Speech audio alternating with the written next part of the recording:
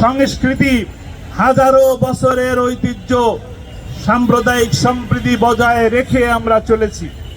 আমরা মাইনরিটি বলি না, আমরা খ্রিস্টানকে মাইনরিটি বলি না, আমরা হিন্দুকে মাইনরিটি বলি না, আমরা বলি আমরা সকলে বাংলাদেশি।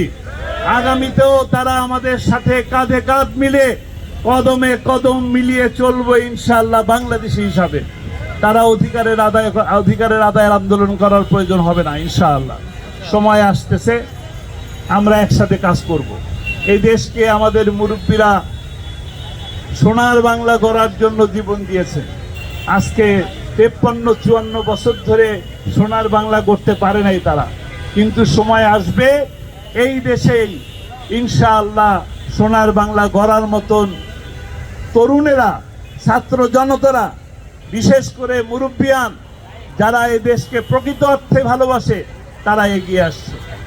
আর যারা স্বাধীনতার সপক্ষ শক্তির কথা বলতো আর রাজাকারের তকমা লাগাতো, তারা বাংলাদেশে থাকতে পারে নাই, থাকতে পারবে ওরা, থাকার কোনো সুযোগ নাই।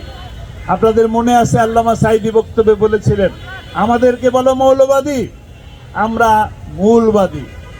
মূলবাদী কারা? যারা কোরআনের সাথে থাকে, ইসলামের সাথে থাকে, যারা দেশের সপক্ষে থাকে, তারাই মূলবাদী।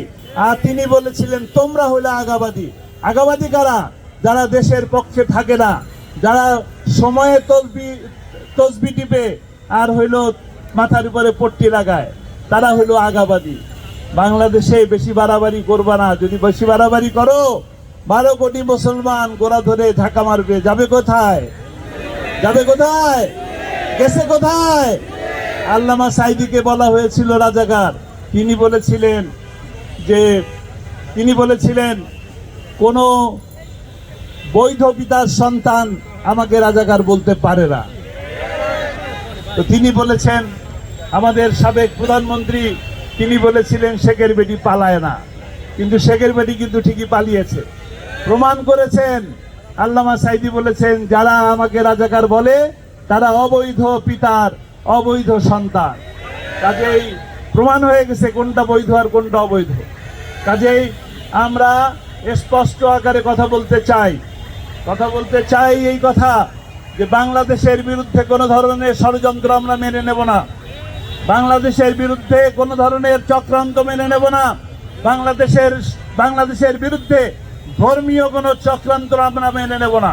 এই শাহবাগ থেকে আমরা বলবো, এই শাহবাগ থেকে আমরা জানাতে চাই, বাংলাদেশে সাম্প্রদায়িক সম্প্রীতি বজায় রেখে একটি ইনসাফ ভিত্তিক কল্যাণময় রাষ্ট্র গঠন করবো ইনশাআল্লাহ।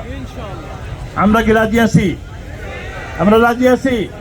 আমাদের মুরব্বীরা সোনার বাংলা করতে চেয়েছে, আমরা কি সেই সোনার বাংলা